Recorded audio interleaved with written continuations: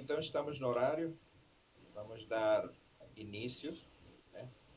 Primeiramente, fazendo as apresentações de rigor, né? Os agradecimentos ao Governo do Estado do Amazonas, à Secretaria de Ciência, Tecnologia, Desenvolvimento, Inovação, à Fundação de Amparo à Pesquisa do Amazonas, Universidade do Estado do Amazonas, né?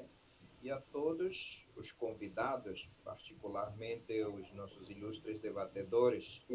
Teremos a presença do Dr. Diógenes Machado, da Universidade de São Paulo, da USP, né? E os nossos colegas da UEA, o Dr. Márcio Páscoa e o Dr. Mário Trilho. O tema da nossa mesa de certa forma, vai um pouco na continuidade da conferência anterior, né? Um ponto um pouco mais específico. Nossa mesa redonda vai tratar das interações entre tópicos musicais e esquemas de contraponto. Gostaria, de qualquer forma, antes de dar início, lembrar os que estão inscritos, que devem deixar registrada sua presença no chat, ok? E já na nossa conferência anterior, tivemos 32 inscritos e 52 visualizações no YouTube, que com certeza devem aumentar. Espero que com os ilustres convidados que temos agora na nossa mesa redonda, nosso Ibope vai lá para cima. Então, bom, queria dar início, então, dando a palavra ao primeiro convidado, o Dr. Diógenes Machado, para nos comentar suas impressões sobre esse tema, lembrando que teremos um tempo, tentaremos respeitar, de 20 minutos, né, para que seja um verdadeiro diálogo e tenhamos um intercâmbio de ideias bem interessantes. Então, prezado professor, com você a palavra.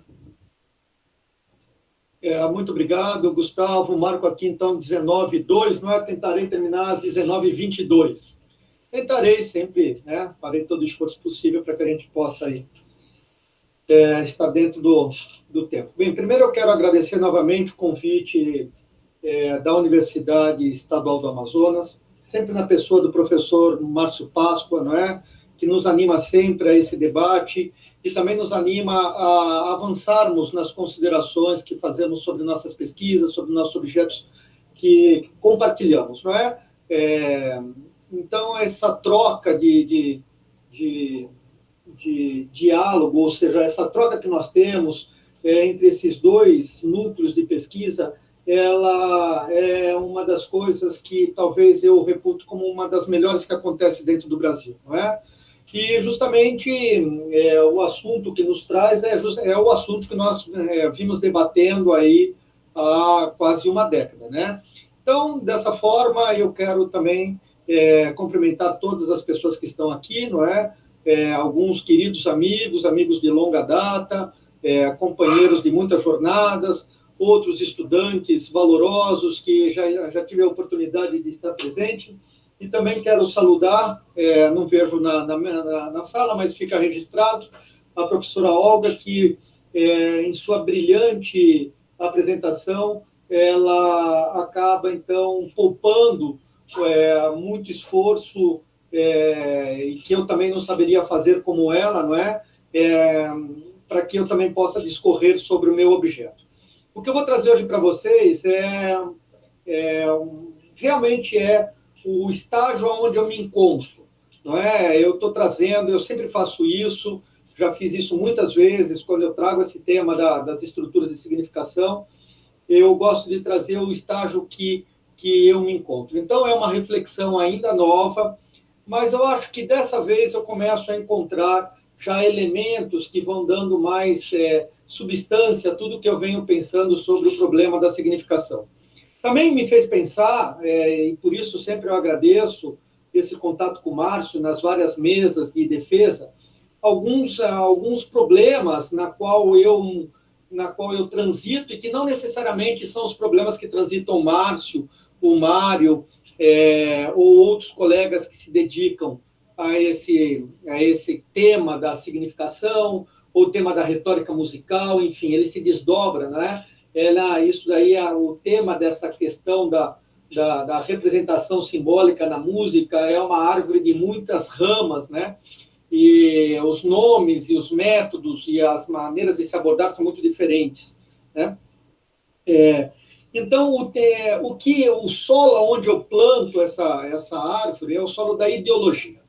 Não é? Eu estou preocupado com as estruturas sociais, com os modelos de escuta, não é? Com as formas que se dá o jogo entre sociedade hegemônica, sociedade de dominação, e os projetos artísticos que, como fala o Gramsci, né? E aqui realmente eu vou dar uma de Gramsciano, né? Não precisa agora ficar tratando de ler se eu sou ou não, não é? Mas aqui usando um termo de Gramsci, todo o jogo da dominância, não é? Ele é sempre realinhado, não é? Com os modelos de resistência, com os modelos de inflexão que as linguagens hegemônicas trabalham. Então, é por isso que eu venho trabalhando não só sobre a música antiga, né? Mas eu venho trabalhando sobre a música para bandas de sopros, a música feita no cotidiano dentro das periferias, mais especificamente sobre o funk, né? E também venho marcando uma presença política, né? Tratando de trabalhar em conselhos municipais de cultura para que eu possa transformar a minha musicologia em política pública. O que não é muito fácil, mas pelo menos eu venho me dedicando a isso. Bem, enfim, então o tema que eu trago para vocês hoje é justamente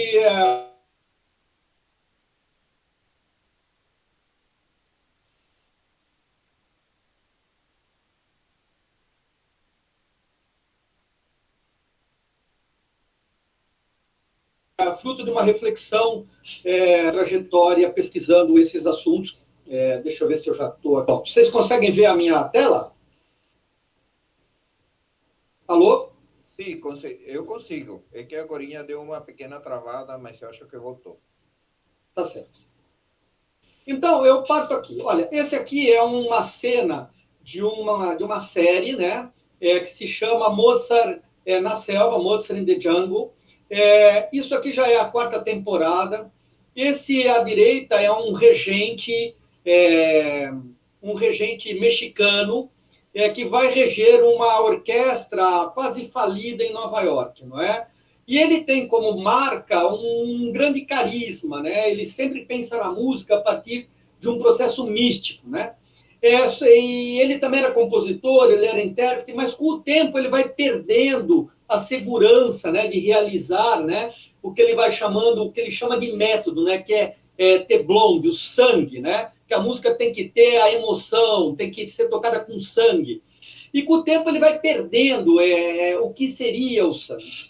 E na quarta temporada, depois de ele ver um robô, né, regendo uma orquestra perfeitamente no Japão, quando ele foi convidado para ir reger, e ele vê um robô regendo muito melhor do que ele volta para Nova York e ele tinha o costume, ou pelo menos ele sempre imaginava, conversar com os grandes mestres. E aí no Central Park ele encontra com nada mais, nada menos, com Mozart. E ele diz ao Mozart o seguinte: escuta, eu tô absolutamente em crise. A música parou de falar comigo. E o Mozart vira para ele e fala assim: vai trabalhar, você tem que trabalhar. Parece muito engraçado esse diálogo, e ele realmente nessa cena ele é muito engraçado, mas vamos tentar entender o que está aí, né? E o que poderia, mesmo dentro do drama, significar trabalhar. Talvez tenha sido um contraponto muito feliz que fez o roteirista, né?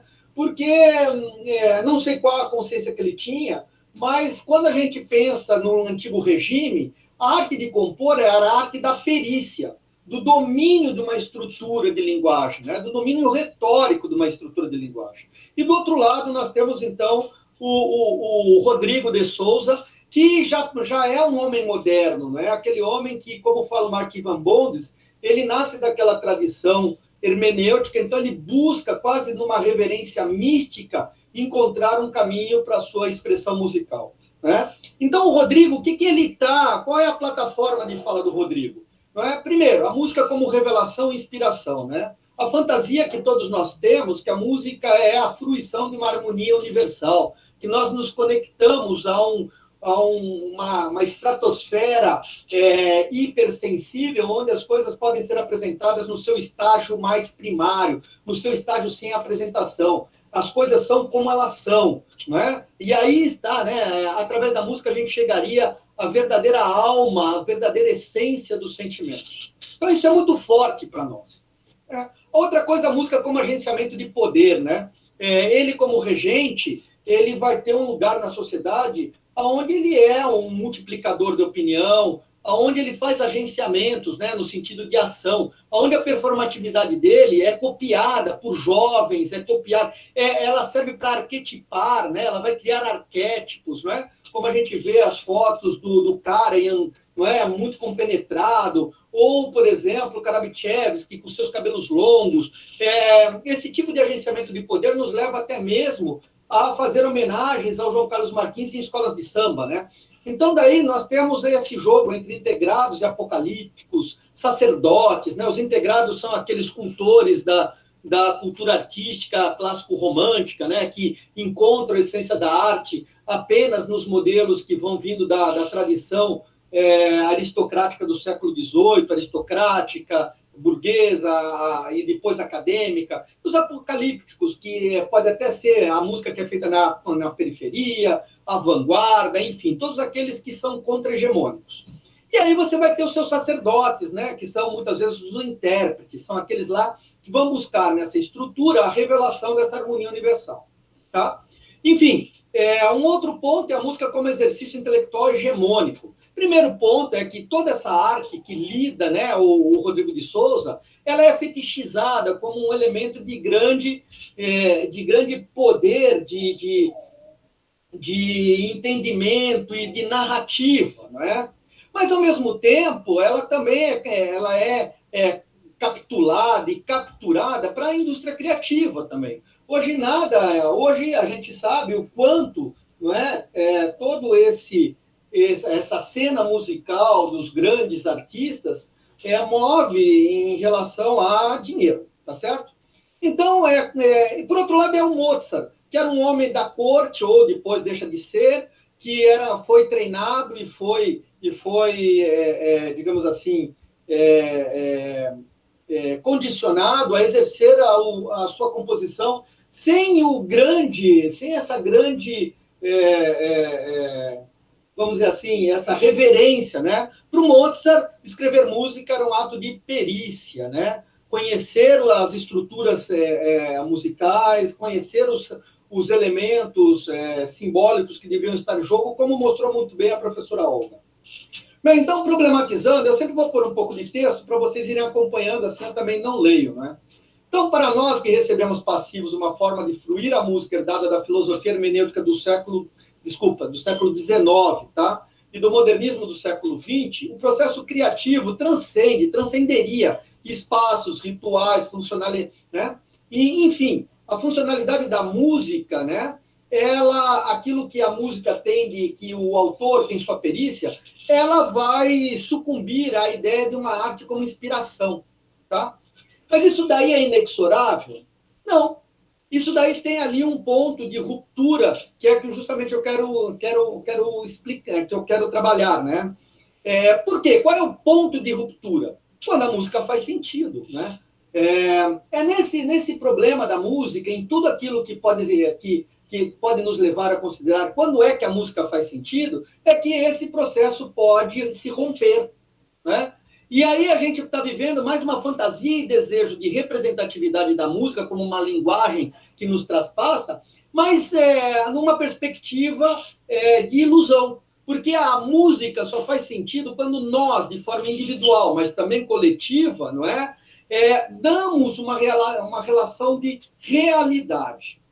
Mas essa realidade ela vai articular um grande elemento, um grande mecanismo sociocultural e histórico. É nesse lugar que eu estou. Né? Eu não estou no lugar que procura melhores possibilidades para a interpretação musical. Eu não estou no lugar onde busca como essas ferramentas podem servir à educação musical. Não, eu estou no lugar onde eu penso o processo da música como elemento sociocomunicativo, inclusive para aprender como ela pode se tornar política pública para hoje. Então, uma outra coisa é que a gente tem que entender bem o que a gente fala quando diz significação. O que é significação? Essa palavra que vai se travestir hora de retórica, hora de análise motívica, hora de análise formal, hora de teoria tópica, hora de semiótica. O que é isso? Não é? Então, eu gostaria de marcar bem o que significaria, né, para nós, hoje, o termo significação. Primeira coisa, é a ideia de relações simbólicas que emerge de um complexo sistema sociocomunicativo, dispostos em estratégicas de lógica não verbais. Seu fundamento é que signos musicais ou campos expressivos como as tópicas podem se tornar códigos que estabelecem redes inter- e intrasemióticos que sustentam a relação de sentido, referencialidade, dentro de processos de escutas compartilhadas socialmente. Precisa ter compartilhamento. Ou seja, uma escuta definida por uma comunicação informal, sustentada numa condição socioantropológica do processo cognitivo comunicativo. E aqui eu também encontrei uma afirmação, isso daqui eu já publiquei, essa frase na esquerda. Aqui eu encontrei uma definição muito próxima que foi feita pelo Scheinberg e o Dougherty, né? Num livro que está fresquinho, ele tem, 4 meses, 5 meses de lançamento, não é? Então, o que é a significação para esses dois autores, né? Significação da música é um guarda-chuva abrangente que cobre as formas ricamente relacionais em que a relação padronizada entre som e significado demanda interpretação. Conforme demonstrado como ele vai demonstrar nos volumes, né, desse livro, meios específicos de superar os obstáculos que podem impedir um exame metodológico da significação da música, pode atacar dificuldades, explorando interconexão entre semiótica, narratologia, história, gesto, emoção, corporificação e intermedialidade, todos que moldam o nosso entendimento. Mas seu objetivo final é fornecer acesso sutil e ramificado às questões que compreendem o entrelaçamento da significação musical. Ou seja, vários campos dos estudos sociocomunicativos que vão buscar o quê? Né? Essas questões das relações dos signos, tá? Entendendo a sonoridade como um signo. No fundo, o que nós estamos falando é decodificar e interpretar. Decodificar códigos e interpretar a partir de contextos. Né? Quando, por exemplo, a gente escuta uma ópera bufa, se a gente tem expertise em escutar, rapidamente a gente consegue separar os léxicos. E rapidamente nós também começamos a relacionar os léxicos com os elementos dramáticos que sustentam a obra como um todo. Né? E também o contrário, ou seja, os elementos dramáticos, gêneros dramáticos, eles vão se utilizar de léxicos que vão dar a ele racionalidade dentro da estrutura discursiva que se espera, não é? Do quê? De um circuito de retroação comunicativa. O que vocês têm aqui embaixo é um circuito. O D seria o que a gente chama de dramatis persona. Né? O que seria essa dramatis persona? Seria o espectador que representa-se seria as estratégias de comunicação das várias sociedades. Né?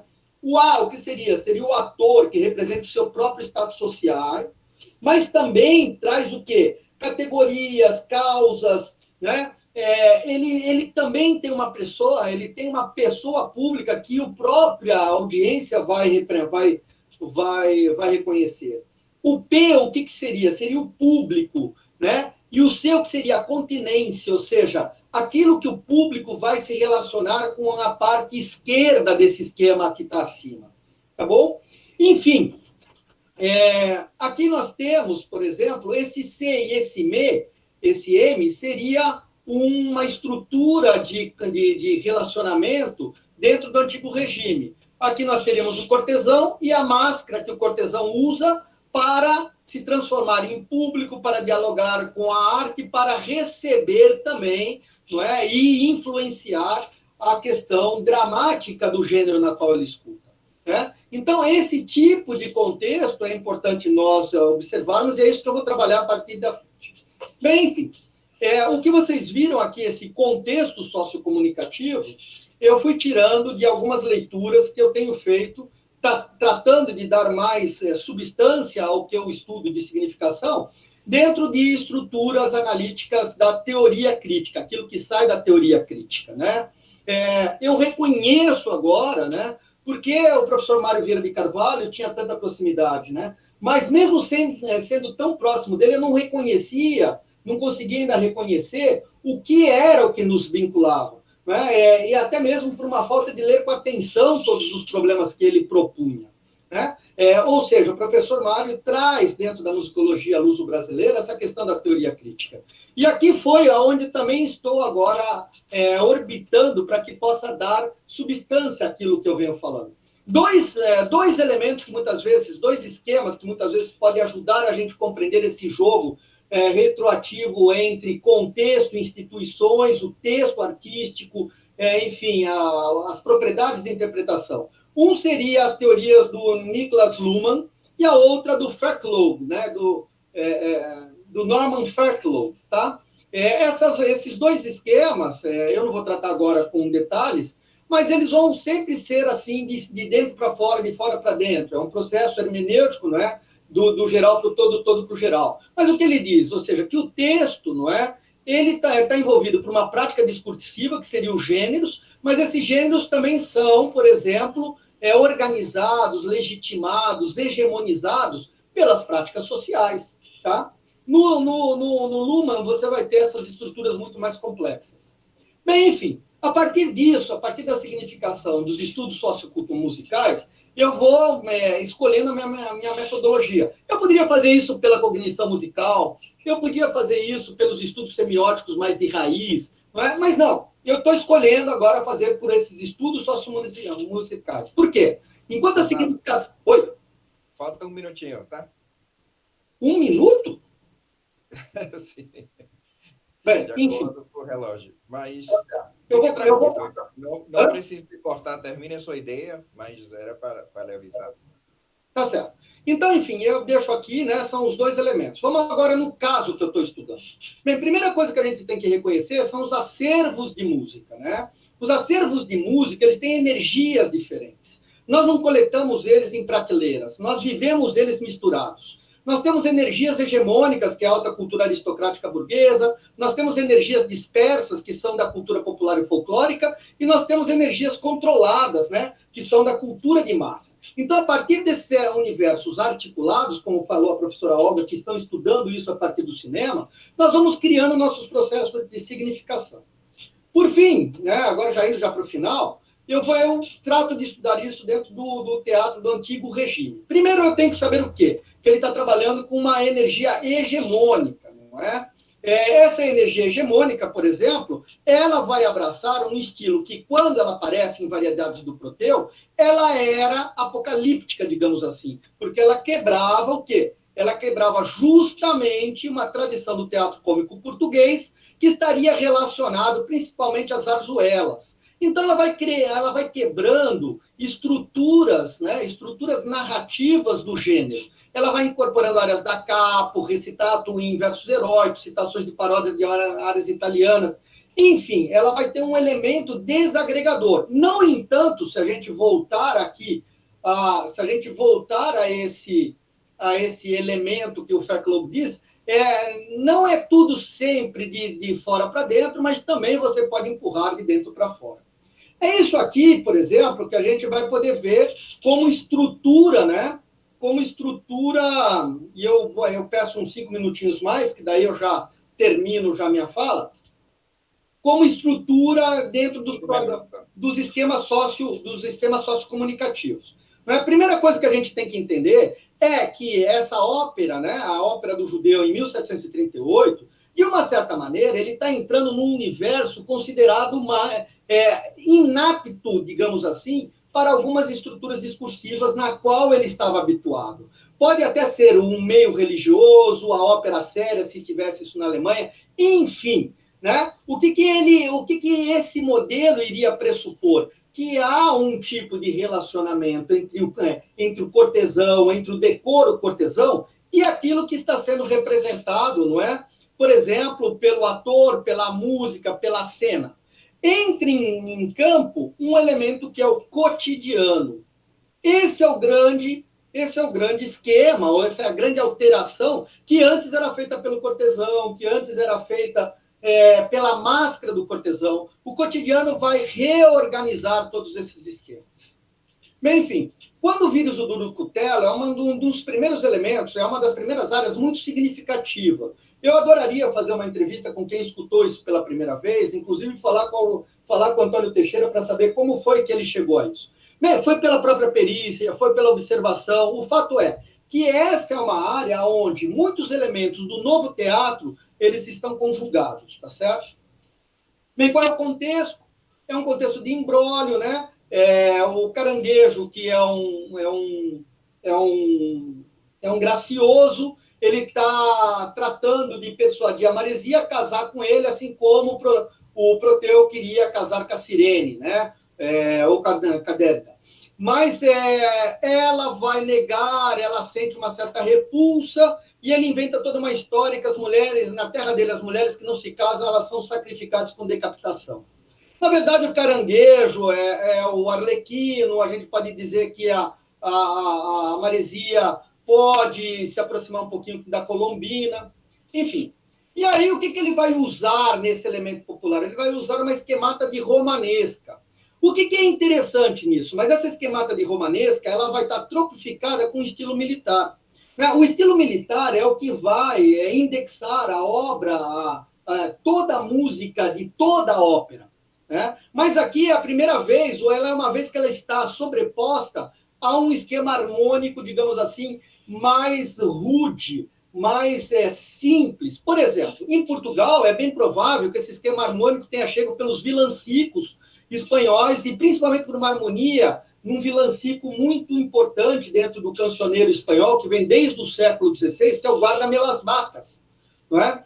E é evidente que ela criou um capital cultural relacionado a esse ambiente pastoril, esse ambiente mais simples, inclusive porque era similar às folias, tá certo? Então, na boca do caranguejo, o próprio elemento militar, que seria mais solene, o que ele vai ganhar? A galhofa do rufião, não é? Então, vai criar um contraste entre a sonoridade pomposa e a simplicidade do esquema harmônico. E mais, a partir do tipo de métrica que nós vamos ter, uma métrica binária mais lenta, ele também vai ganhar cerimonialidade, porque ele está falando de um casamento, ele está falando de um processo de, digamos assim, de ritualística. Tudo isso está tropificado, né?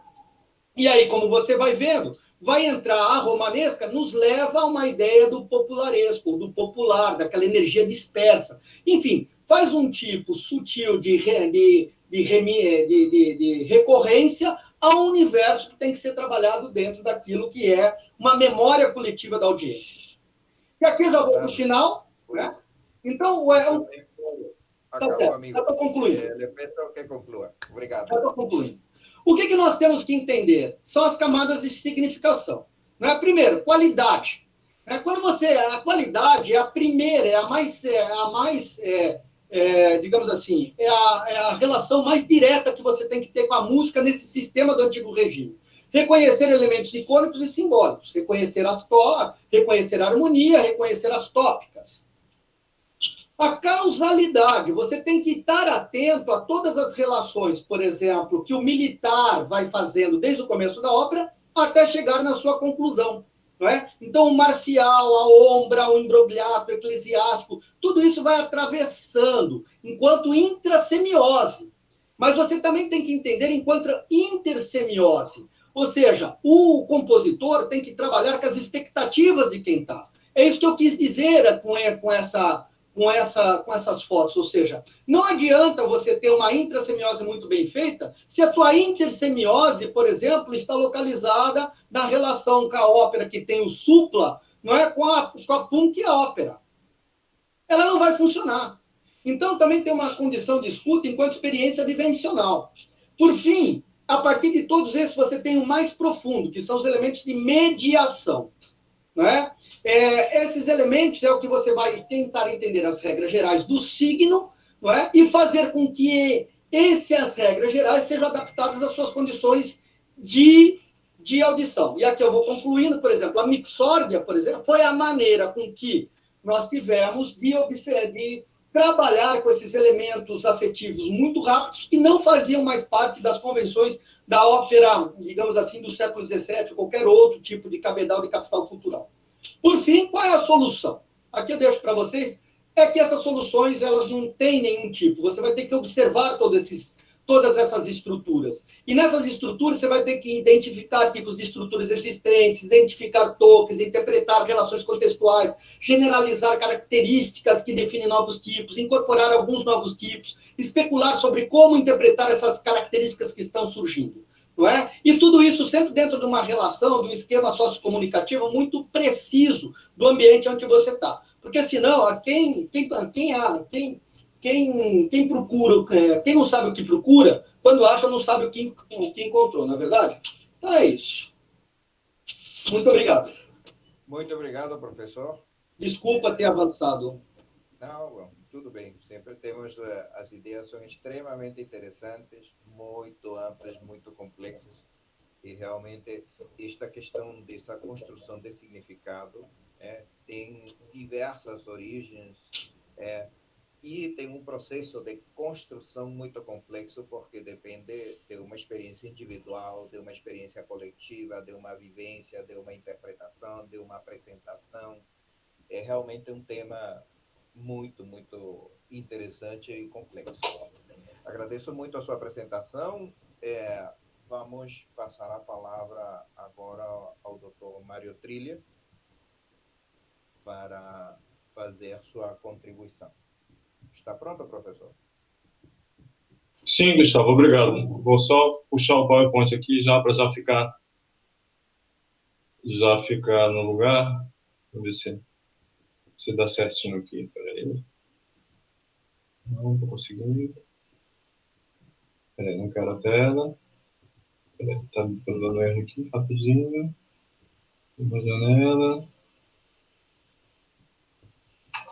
Não está me buscando a tela. Peraí, deixa eu abrir aqui, só um segundo. Ele está me dando um erro aqui. Vou abrir primeiro, ver se ele aparece. Tudo bem. Estou aqui tentando, já... Ele está me dando a tela vazia, peraí. Aí, vamos lá. Vou dar um refresh aqui.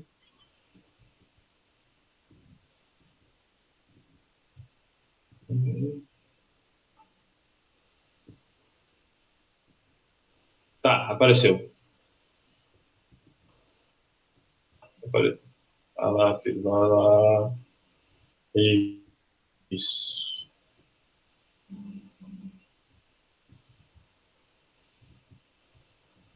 Gustavo, só me dá um retorno. Está aparecendo para vocês a apresentação? Está aparecendo sim. Já. Tá. É porque para mim ainda vai custar. Então vamos começar sem mais delongas, né? Ok. A cronometrar. Pode começar, professor. Tá, obrigado, Gustavo. Posso começar então, Gustavo? Sim, senhor. Sim. Então, o título parece assim um pouco esotérico, né? Mas vocês vão ver o caminho, né? Então, eu intitulei de Deambulações Galantes da Romanesca, né? E antes eu vou contextualizar só um pouquinho a história. Em 2007 aparece o livro do professor Robert Gerdingen, no Music in the Galant Style, que ele explica diversos esquemas de contraponto recorrentes ao longo do século XVIII. E não só, né? Esses esquemas são anteriores e sobrevivem posteriormente, alguns sobrevivem na música popular até hoje, né? E ele constata isso através da observação do padrão de ensino dos 4 grandes conservatórios napolitanos e do Hospedário Feminino de Veneza. Né? Essa metodologia didática era muito voltada à prática. Né? Então, eles aprendiam vários padrões recorrentes a partir dessa vivência prática de ouvir, de cantar, de tocar, adquirida sobretudo através dos partimentos e solfejos com acompanhamento de baixo contínuo. Esses manuais napolitanos, eles praticamente não tinham texto teórico. Né? O aluno caía diretamente no partimento, que é um exercício de baixo contínuo que ele se auto-acompanha, e esses solfejos com acompanhamento harmônico, que um mestre os acompanha até certa idade, e depois eles se autoacompanham, né? E é esse contexto harmônico entre o baixo e a melodia que estão presentes nesses esquemas que eles vão retendo de uma maneira prática, né? Eles vão retendo esse vocabulário, é um processo cognitivo também, né? É um processo de reconhecimento e de reprodução de padrões. Eles, basicamente, eles aprendiam pouca coisa teórica, né? Eles aprendiam contraponto na prática, composição, canto, eles aprendiam as cadências, isso era a teoria que estava escrita, a regra da oitava, que é um padrão de harmonização de uma escala ascendente e descendente, e os movimentos do baixo, né? Que eles chamavam de mote del basso ou movimento. A partir daí, o Gerlinger utiliza, então, um esquema, né? Que vem do grande tratado de baixo contínuo do Reinschen, der Generalbass der Komposition. O Reinschen chama uma escala ascendente e descendente de esquema. Então, o Gerlinger tem essa sacada de classificar todos esses materiais recorrentes de esquema, plural, esquemata. Né? E o Gerlinger, então, diz que um esquema é uma abreviação para uma mancheia de conhecimento inserida em um protótipo abstrato. É um modelo, como diz o Osório Cristóvão, um modelo pré-composicional. É um exemplo bem aprendido, uma teoria intuitiva sobre a natureza das coisas e seus significados, ou a sintonização de um grupo de neurônios corticais a uma certa regularidade do ambiente. Essa explicação científica. Então, ele identificou 11 esquemas principais e os seus estágios sucessivos, e eu vou, então, me ater ao primeiro, que é a romanesca, que o Jorge até já deu um exemplo dentro da romanesca, né? E vamos para a origem da romanesca, uma reconstrução hipotética da fórmula da romanesca do século XVI. Isso é um modelo, né? Um protótipo abstrato, né?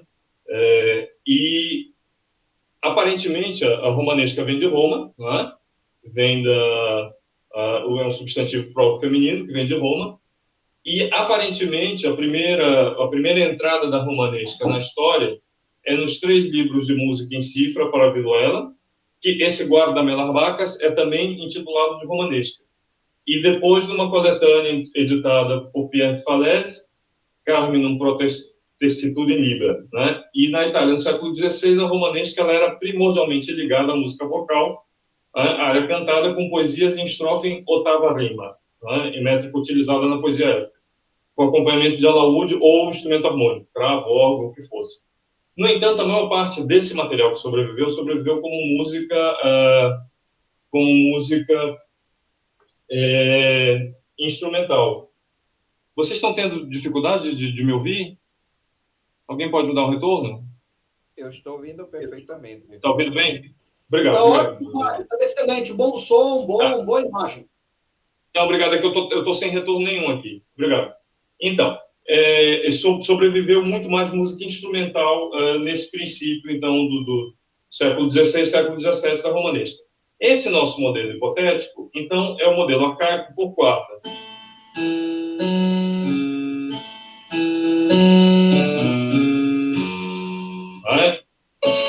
Com consonâncias imperfeitas sempre. Imperfeita. Ele mexe com consonâncias imperfeitas e perfeitas. Imperfeita, perfeita, imperfeita, perfeita. Com alguma harmonia.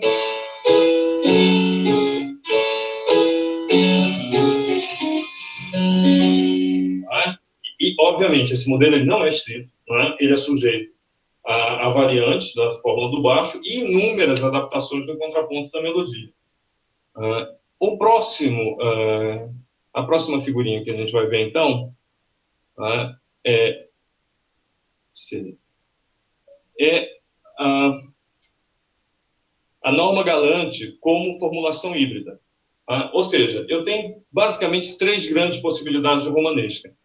Eu tenho a variante por graus conjuntos, a variante por saltos e a tal norma Galante, que é como o Gerlinger chama. A variante por grau conjuntos, eu tenho 6 estágios descendentes.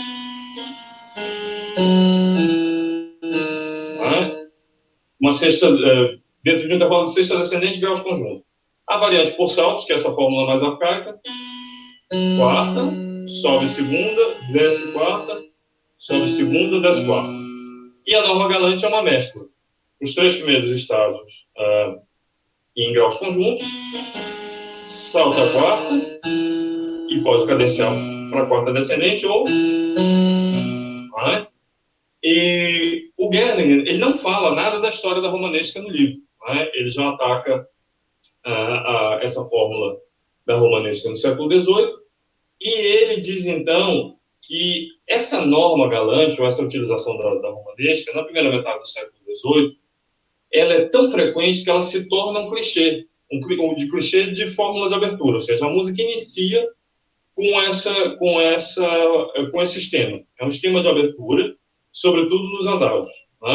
E então ele dá os protótipos ideais, os protótipos modelares, primeiro da romanesca por quartas descendentes e segundas ascendentes.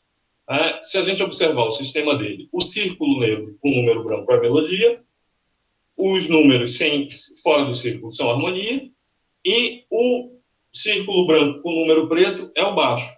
Então, nessa fórmula da quarta descendente e segunda ascendente, a minha melodia ideal, então, é 3, 2, 1, 7, 6, 5.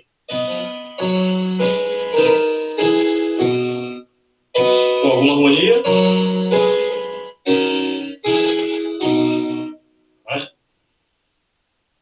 A variante por graus conjuntos, mesmo sistema. Ele vem 1, 7, 6, 5, 4, 3 no baixo, 3, 2, 1, 7, 6, 5 no soprano.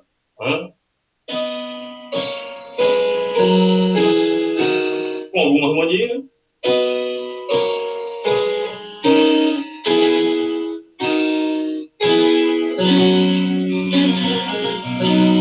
Eu adicionei uma cadência, porque, obviamente, esse modelo não se interrompe.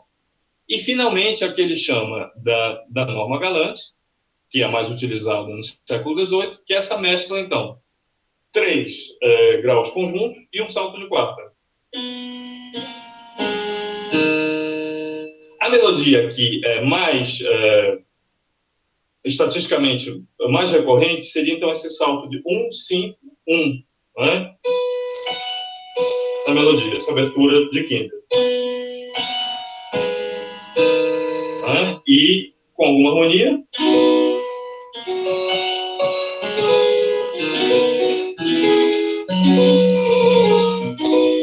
Vocês veem que a apropriação desses modelos é tão intuitiva, É um vocabulário que entra que entrava na memória desses jovens músicos, que entra na nossa memória hoje, que eles nos permitem improvisar sobre o modelo muito facilmente.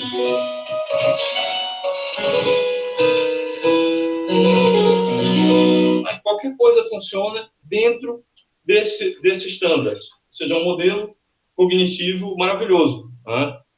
E, então, passando agora para a minha postulação, o Gerlinger se ocupa, a maior parte do tempo, da romanesca como fórmula de abertura. Na verdade, ele dá um exemplo só no capítulo do romanesca, que é exatamente esse que nós vamos ver, e depois 2 fragmentos fora, mas ele só fala isso e ele não fala que ela pode ser utilizada em outros momentos. Então, se a gente admite a premissa de que o esquema corresponde a padrões aprendidos pelos ouvintes, se tornando, por definitivo, o inventário de uma parte do conhecimento musical, e que o ouvinte seria um construto virtual nos estudos teóricos sobre o esquema, e ocupando uma posição abstrata exterior em relação à partitura musical.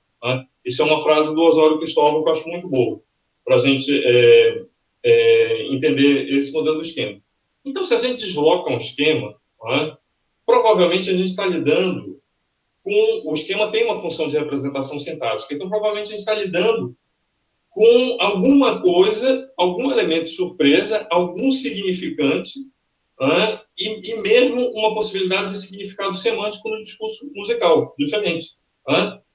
Se, como ele demonstra, a romanesca era um sinônimo de esquema de abertura na primeira metade do século XVIII, a ponto de constituir um clichê, isso são palavras do Gerlinger, ele chama a romanesca de clichê, a partir da segunda metade do século XVIII, nós podemos constatar um deslocamento da utilização do esquema em distintas posições.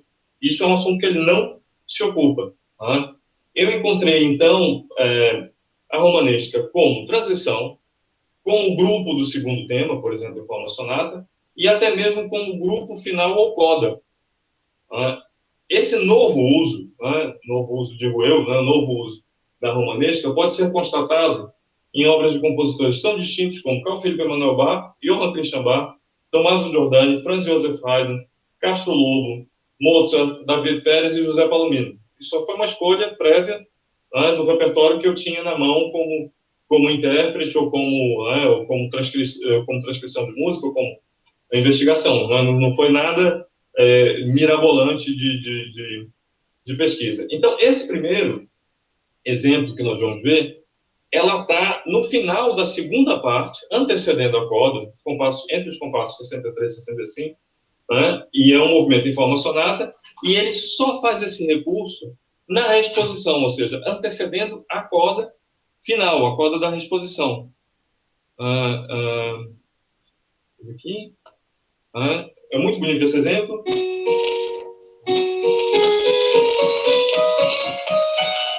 Agora ele começa.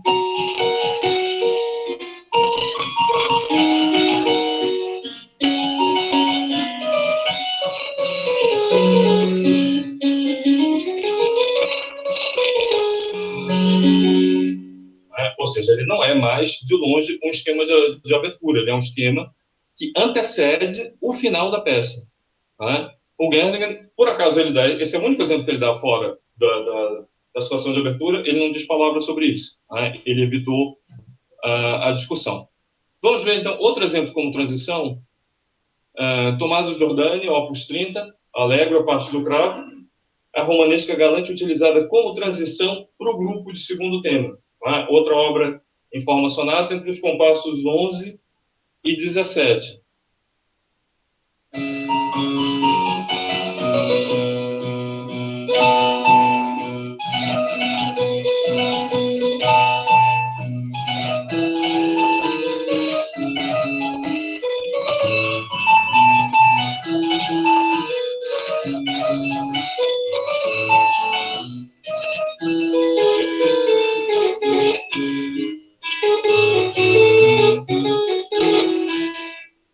Como vocês viram,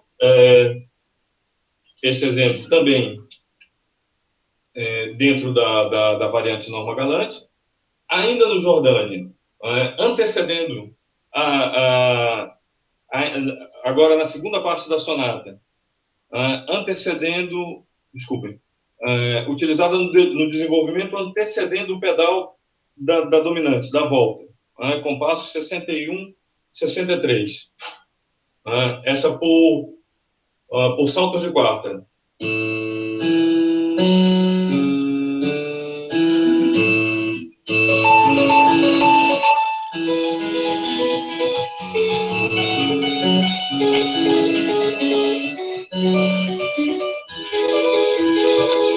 Percebe?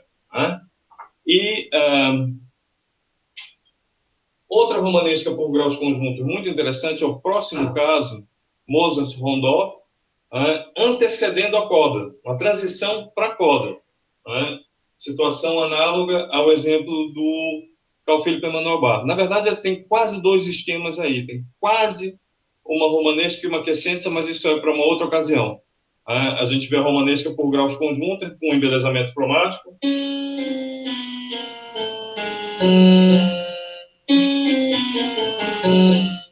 E é muito bonito também o uso.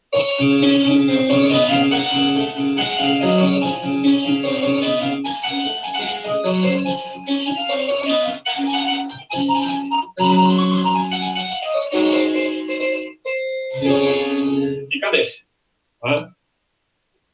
O próximo exemplo, também transição dentro do desenvolvimento em forma sonata, Haydn trio em Lá maior, no Capriccio, o primeiro movimento, romanesca em graus conjuntos, dessa vez, como transição para a preparação do pedal do dominante, que encerra o desenvolvimento. Esse exemplo o Gustavo conhece bem, que ele tocou comigo.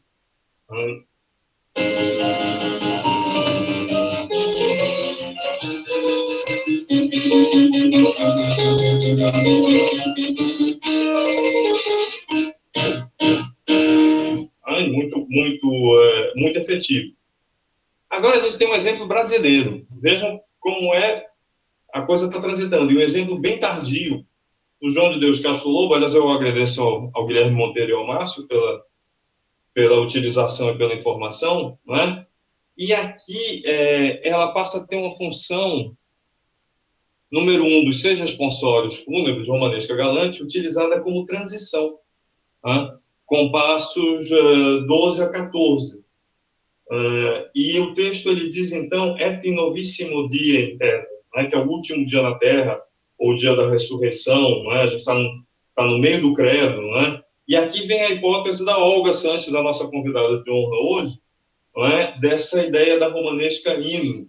Claro que eu tenho que cortar muita coisa, mas é muito interessante, né? Então, ele está falando do último dia da existência na Terra, né? E é o Eclesiastes, né? Que diz o que foi voltará a ser, o que aconteceu ocorrerá de novo, o que foi feito outra vez, né? Que não existe nada de novo sobre a face do Sol. Essa é a minha interpretação. Ele está evocando um esquema antigo porque ele quer passar uma ideia de eterno, não é? Esse novo dia é um dia na eternidade.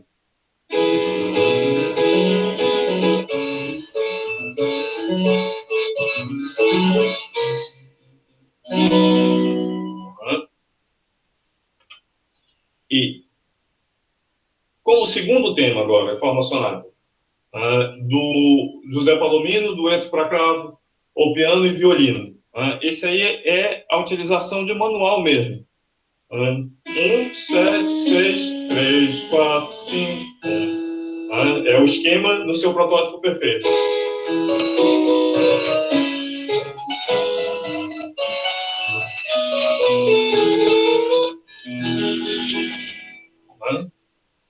Outro que usa romanesca, também galante, como segundo tema, é o nosso amiguinho Mozart, não é? No terceiro movimento do quarteto para piano em sol maior, que é um rondó sonata, e ele usa, tanto na exposição quanto na exposição, aqui eu só tenho exemplo da exposição, a romanesca galante, na forma também do protótipo.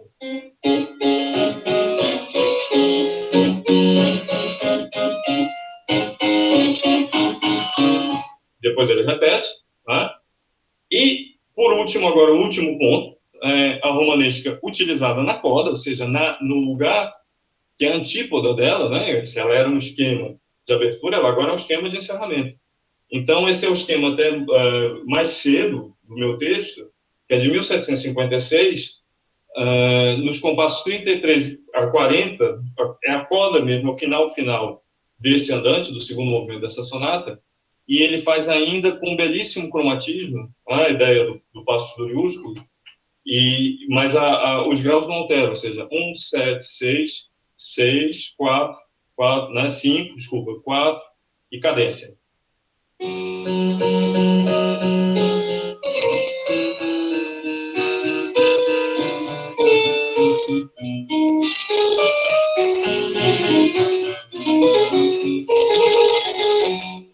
Lindíssimo, super efetivo, esse pequeno cromatismo que está entre o passos doriúsculos e o embelezamento cromático, ou seja, isso é outra questão de semântica fascinante para depois, né? E o nosso querido amigo Davi Pérez. Oi? Estou concluindo. Faltam 2 exemplos só, rapidinho. Beleza. Já concluo. E estou na corda, olha aqui. Davi Pérez, concerto para flauta e instrumentos, é a corda do último movimento, compasso 233 a 36, ele repete, faz cadência. Também é romanesca por norma galante perfeita.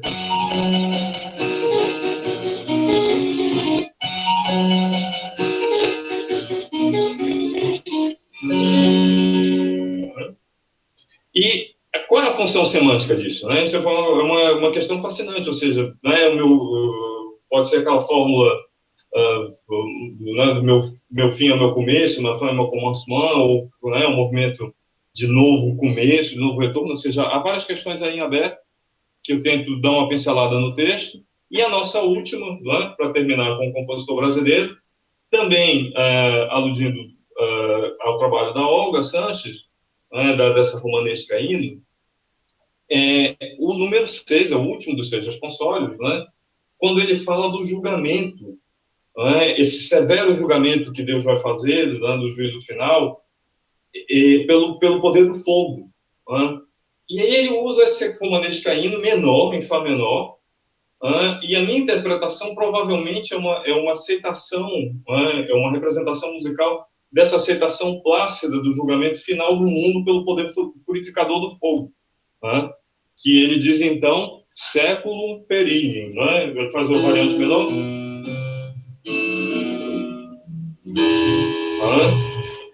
falta um estágio, mas o modelo está aqui, né?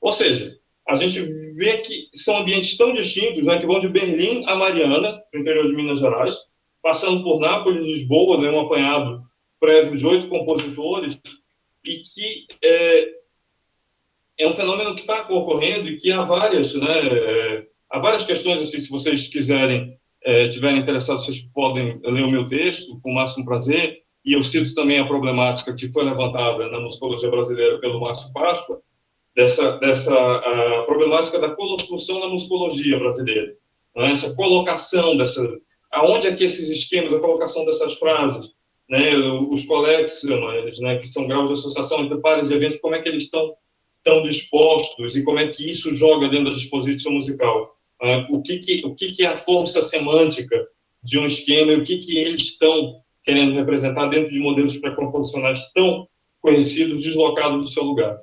Muito obrigado, desculpe os minutos que eu excedi e eu agradeço questões posteriores. Obrigado. Muitíssimo obrigado, professor Mário. Super interessante a sua apresentação com exemplos tão variados. Vamos passar a palavra para o Dr. Márcio Páscoa, que já é o último palestrante desta mesa. E uma vez que o professor termine a sua exposição, vamos abrir um tempo para perguntas e dúvidas, né? Então, professor Márcio, estamos prontos? Estamos sim, Gustavo. Muito obrigado pela introdução. Eu vou, então, começar aqui justamente apresentando o meu trabalho para todos poderem ver.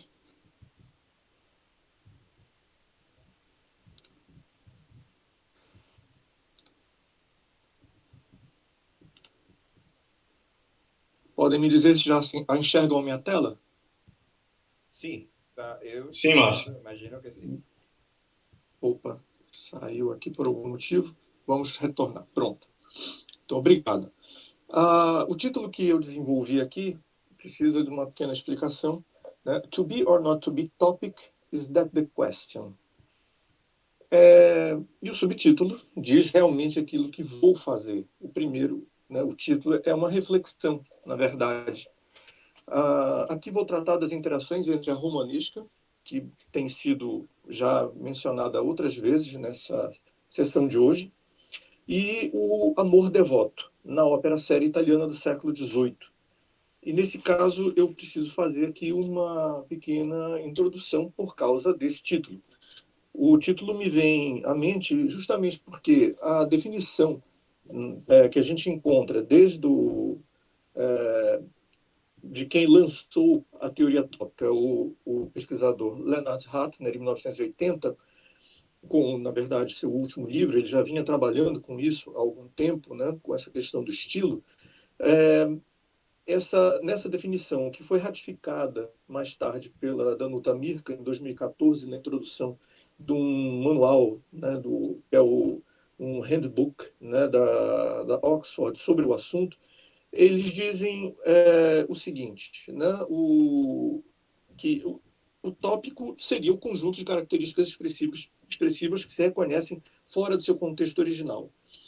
Entretanto, fica uma série de perguntas no ar, como, por exemplo, e se as características expressivas forem sendo construídas ao longo de um determinado período e elas forem sendo usadas como referências umas às outras, como seria o nome disso? Não é mais tópico? Quem estabelece o contexto original, até onde ele é original.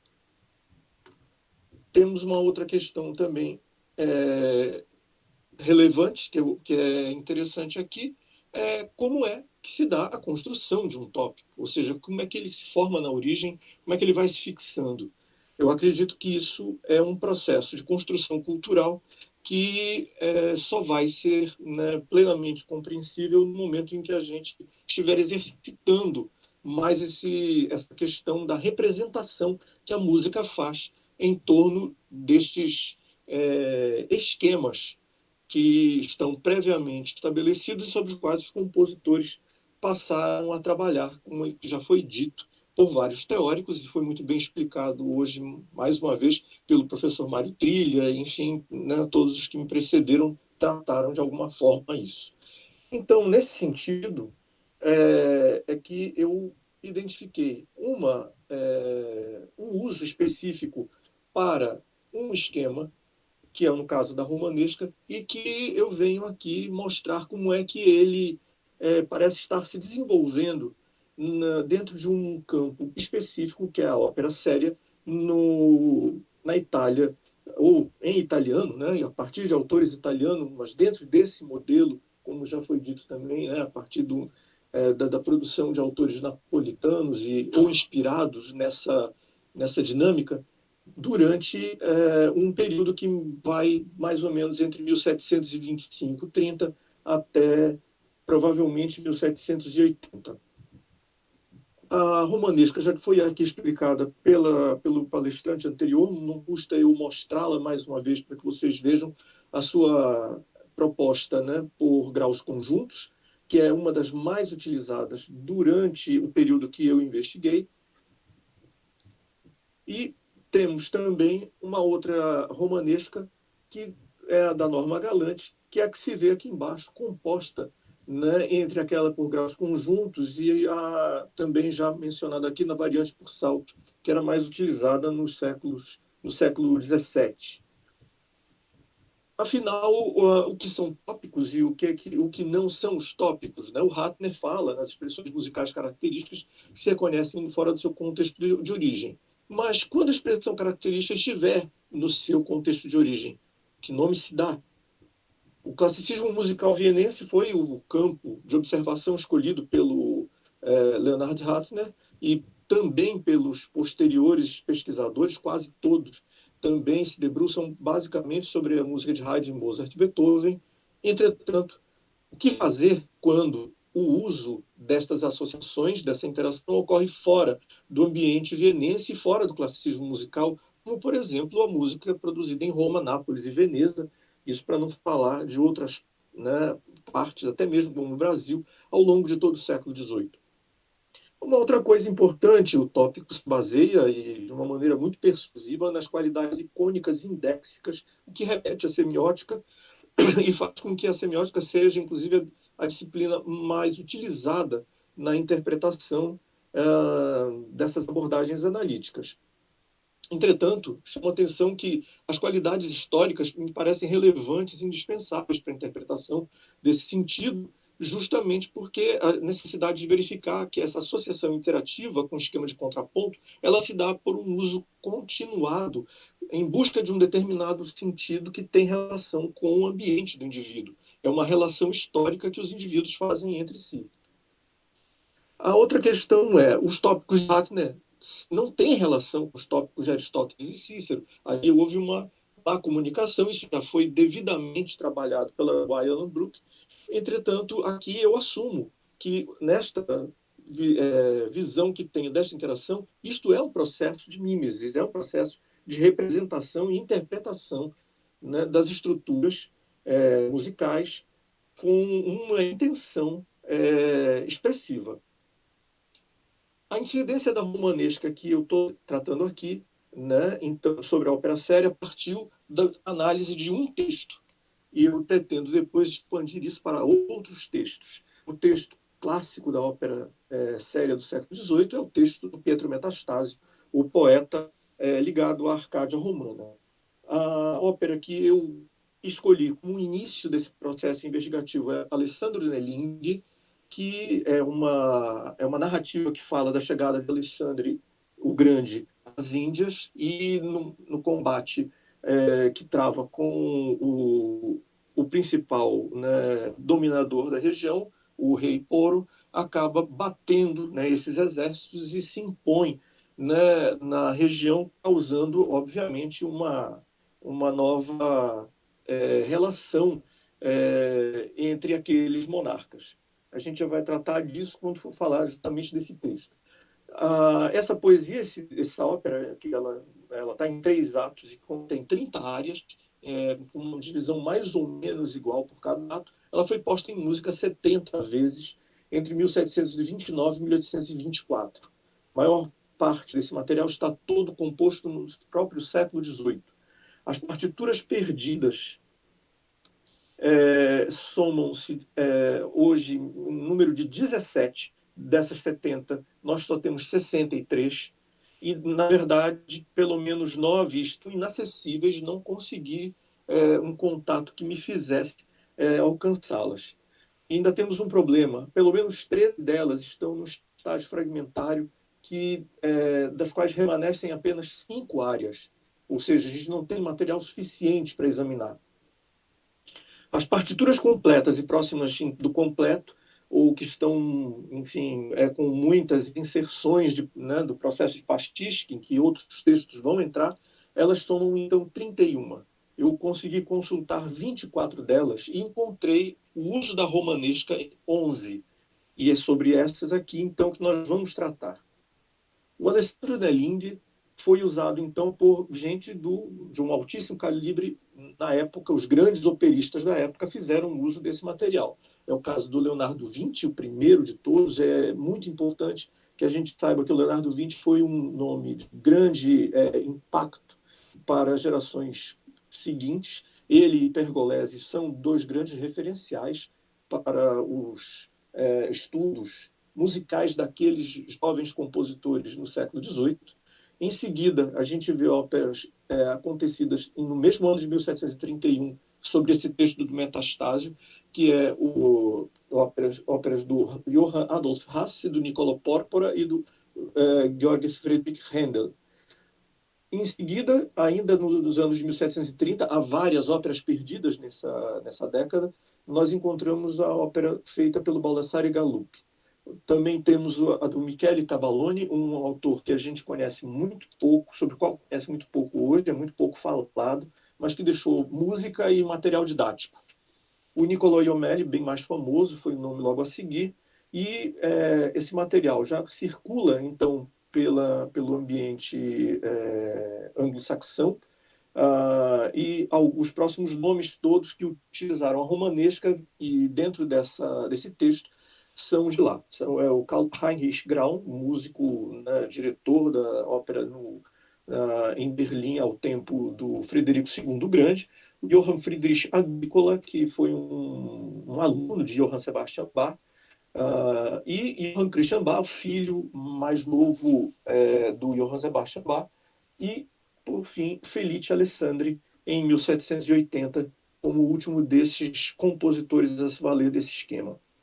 Aqui preciso entender o que é o amor devoto. Foi importante ler o texto, entender a trama, e o amor devoto a que eu me refiro é o amor que é um amor sacrificial a uma causa. Ele é sacrificial porque a pessoa abre mão de algo muito importante, às vezes da própria vida, em nome da pessoa amada, da família, da pátria ou dos soberanos. Estamos vivendo também aqui no século XVIII, né, um contexto de lealdade numa hierarquia em que o soberano é colocado no patamar de um deus ou de um semideus. E ele também é o próprio significado da pátria a qual o indivíduo deve devoção.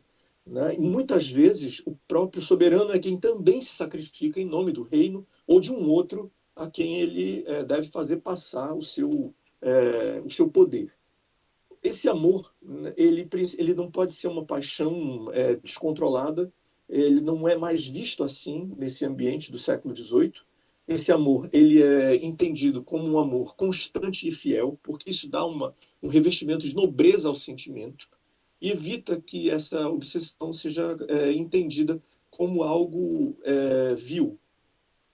Uma outra coisa importante é que dentro dessa tradição da música no século XVIII, baseada nestes textos, ela certamente está ligada aos conceitos poéticos da Arcádia Romana, um grupo de intelectuais que desde o final do século XVII dominou Roma, onde Metastasio nasceu e onde grande parte desses compositores atuou. Esse grupo dava um contorno a essas discussões, e um dos principais libretistas, o cardeal Pietro Ottoboni, no final do século XVII, dizia o seguinte: o amor também pode ser verificável pela forma como ele é refletido em outros sentimentos, né? Então, nós temos ira, vingança e desdém muito ligados ao amor, porque quando o amor é ferido, estes outros sentimentos aparecem.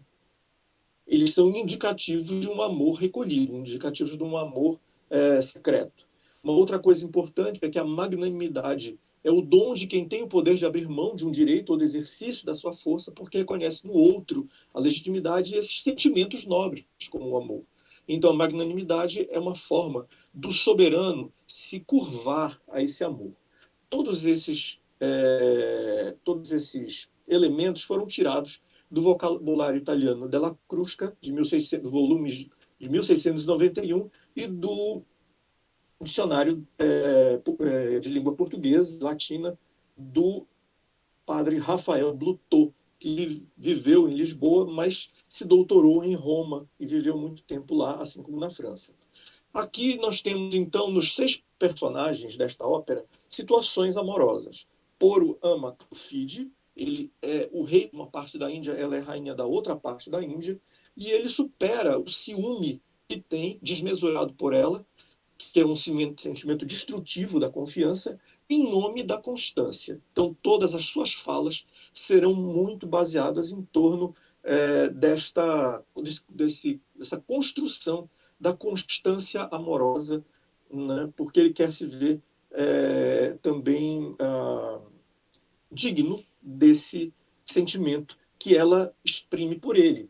Cleofide ama muito o Poro e ela se vê dividida num determinado momento, quando ele é derrotado por Alessandro, ela se vê dividida entre a fidelidade a ele, ao amado, que é um soberano caído, e a fidelidade ao próprio reino dela, né? Porque ela provavelmente terá que fazer algum tipo de ação heróica, como talvez se casar com Alessandro para garantir a paz no seu reino. Alessandro não parece ter um amor por uma pessoa, mas ele diz durante o texto que a única coisa que lhe importa é a glória que o engrandece, porque ele ama o seu reino. E uma das formas de engrandecer o reino é a conquista da glória. Ele é magnânimo, entretanto, para com os derrotados e com aqueles que legitimamente têm direito. Ele reconhece a nobreza dos outros, ele reconhece os sentimentos e os valores nobres em terceiros. A Ericena, irmã do Poro, ela é prometida a Gandarte. Ela ama Alessandro, entretanto, porque ela simplesmente se vê atraída pelos valores nobres que Alessandro cultiva. Gandarte, por sua vez, um general, né, da primeira linha de Poro, que é fiel ao soberano, ainda que derrotado, ama Ericena pelo compromisso que ele tem com a própria pátria. E ele é constante nesse amor, mesmo depois que Ericena diz que ama Alessandro. Por fim, o general Timagene é um personagem com um artifício muito próprio de Metastasio, porque ele é um personagem oculto. Ele é general de Alessandro, mas está obrando contra Alessandro por um motivo muito simples. O Alessandro matou o seu pai em contendas passadas, e ainda que tenha se arrependido, Timagene não consegue relevar por causa do amor à família. A primeira incidência do esquema da romanesca vem justamente na área Semaipil Sarogeloso, em que o Poro promete a Cleofide que vai conter o sentimento que destrói a confiança e o pacto de lealdade que eles têm entre si. A romanesca aparece aqui pela primeira vez, né, justamente nesses momentos em que a gente está vendo compassos de 1 a 2. Aqui ela se liga numa cadência Ré Mi ao contrário, um Mi Ré Dó, para então ser reexposta na entrada da parte vocal. A mesma coisa vai acontecer na área semi-turbo. O Vinci usou a mesma música nesse caso e ele simplesmente acomodou as palavras dos versos de Metastasio numa mesma formulação. Isso já cria aqui uma ideia de significado para nós. Os amantes estão falando o mesmo idioma musical, embora tenham textos diferentes. No final desse ato, para fechar, o Metastasio fez um dueto em que aproveitava o texto do Poro na área específica lá da cena 5 com a área da Cleofide da cena 6. E o que fez o Leonardo Vinci nessa estreia da ópera em Roma em 1729? Ele pegou e estruturou as duas falas na mesma música em que estavam. Ou seja, nós tivemos uma mesma construção musical para as três áreas, no caso, uma área a duas vozes. Em todas elas, a abertura da área é com o esquema da romanesca, tal qual descrito pelo Robert Gerdingen no seu livro de 2007. A gente vê também que o Jommelli, 14 anos mais tarde, fazia o mesmo procedimento. Ele usava no dueto uma música com o esquema da romanesca que ele havia usado também para as áreas a solo. Ou seja, nós já vemos aí um diálogo entre autores de épocas diferentes, pelo menos, né, com uma década, quase uma década e meia de diferença. Na verdade, nesse meio tempo, o alemão Hasse também fez esse procedimento. Ele escreve uma área em romanesca para Poro, uma outra com a mesma música para Cleofide, e no duo ele faz a inserção das duas vozes sobre a mesma estrutura das duas áreas precedentes. Ou seja, a gente já tinha ali uma recorrência bastante significativa entre esses autores, muito assistidos naquela altura. Uma outra possibilidade aconteceu justamente numa área em que o Vinci elaborou para a Cleofide, quando ela fala que, para pôr, olha, sou fiel, né? E sou fiel no meu amor ele é amor constante. Ela faz aqui... Sim, tá, vou tentar concluir já, tá? Peço só uns minutos.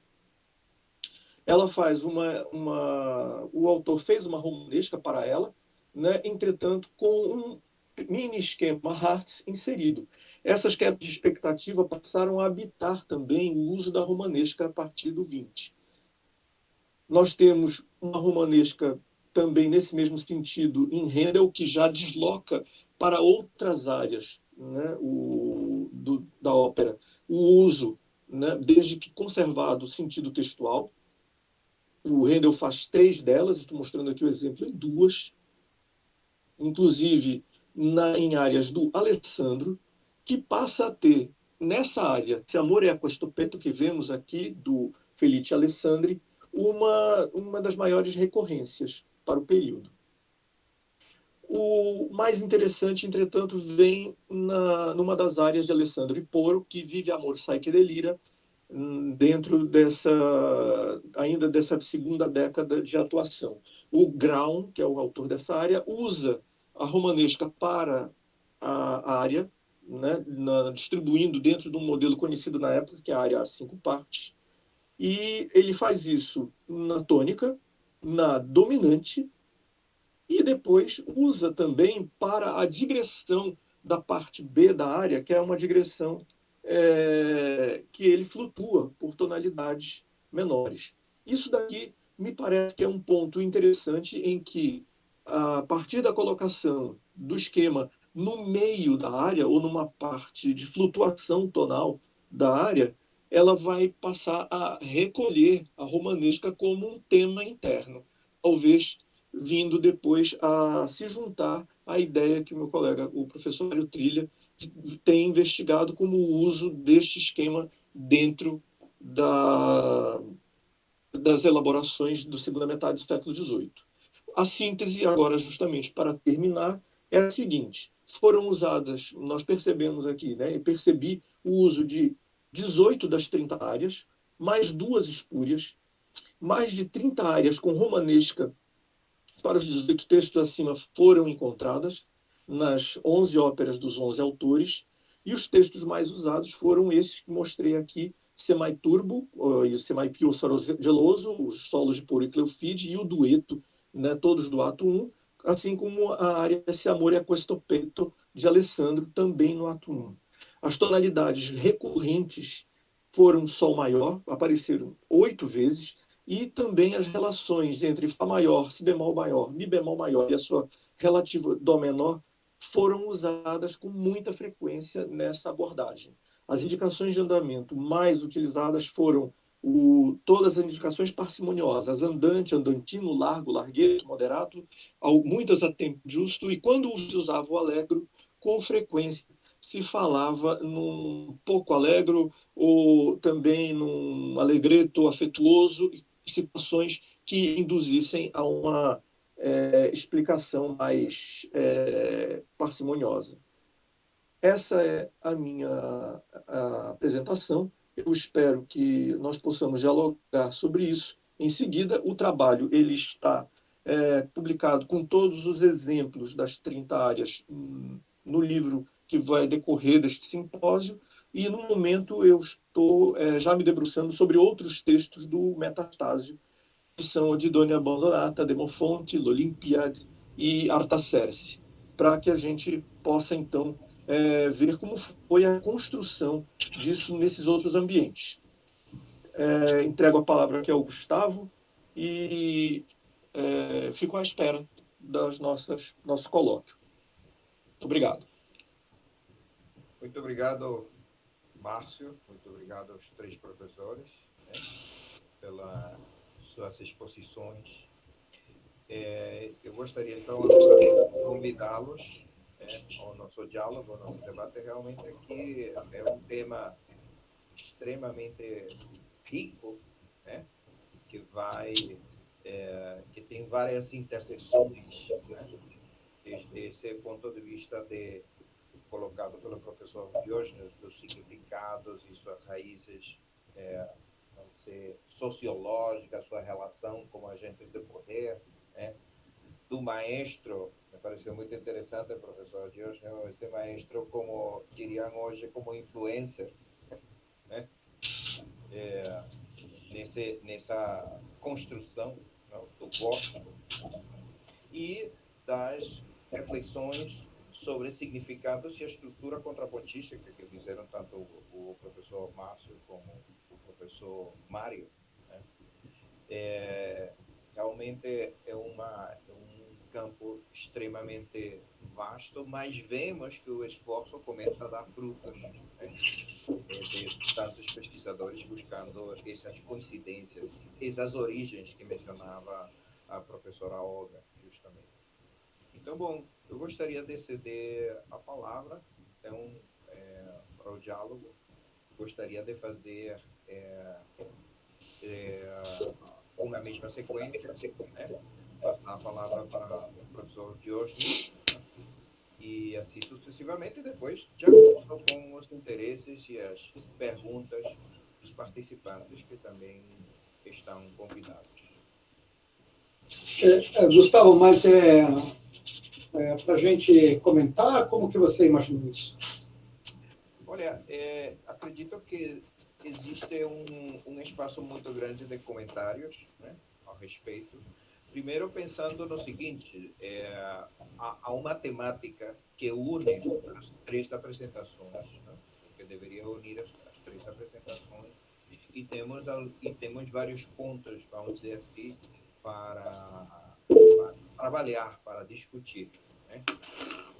Porque existe, claro, uma espécie de intertextualidade em todas as apresentações. A questão do processo construtivo, está o trabalho que acho me chama muito a atenção, o trabalho que fez Márcio, por exemplo, dessa extração de sentido partindo do texto sobre o qual está escrito o esquema, né? Aí há uma fonte de significação bem importante. Já Mário trabalhou um processo de significação estrutural, né? colocando a romanesca em várias posições com um valor estrutural diferente, distinto, de acordo com a proposta compositiva e a proposta que fez você, Diógenes, sobre esse significado já com as origens, digamos, extramusicais e sua relação com a própria prática. Então, eu acredito que podemos fazer alguns comentários, vamos dizer, unificadores do tema. Né? Ok. Não, é sempre muito ilustrativo, né? Observar como essas estruturas retóricas, né? Que fazia parte dessa consciência, dessa maneira de olhar a composição, ela está se desdobrando em muitos caminhos, né? E como é potente todos esses elementos significativos, né? Me chama, eu gostaria muito assim de comentar, né, e pôr para os dois, tanto para o Márcio como para o Mário, uma questão que eu venho pensando, né? Quando nós temos letra na música, né, talvez a estrutura de significação se altere, né? Talvez ela atue até mesmo como um afeto mais do que um elemento simbólico, né? Porque o simbolismo se ativa na música instrumental, né? Aí eu comecei a perceber que eu nunca trabalhei na parte que tinha letra das missas. Eu sempre trabalhei nos 8 compassos iniciais. Porque justamente quando a letra entra, nós passamos a ter o word painting, né? E aí que começa a ficar bonita a questão. Porque aquilo. Vamos pegar a romanesca, né? Que a gente trabalhou tanto, né? Na verdade, ela tá ali no lugar dela mesmo, né? Ou seja, ela está debaixo de uma palavra que a induz a música, induz o compositor a buscar um campo simbólico de pureza, né? Na relação com o que o Márcio está falando. E, às vezes, dependendo das métricas, até mesmo esse que ele vai falar dessa galhardia, né? Dessa questão mais cerimonial do amor. Né? E é muito interessante também ver que o que é interessante é ver que depois, não sei se depois, ao mesmo tempo, ou elementos alargados, que ela não está presente só, né, como dentro dos prototipos, mas ela vai ganhando outras relações de estruturais, né, sintáticas, né, o que vai fazendo com que a gente alargue esse entendimento do que é o processo de significação inicial. Não sei, são só coisas que eu estou pensando assim aqui, né? Mas é muito legal, e principalmente quando a gente vai para a música brasileira, porque aí eu acho mesmo, né, que, como o Márcio postula, nós vamos ter que entender todos esses processos epistemológicos, né, cognitivos, de toda essa gente aí, para criar novos ambientes de significação. Novos não, ambientes retroativos com a realidade com que eles vivem, né?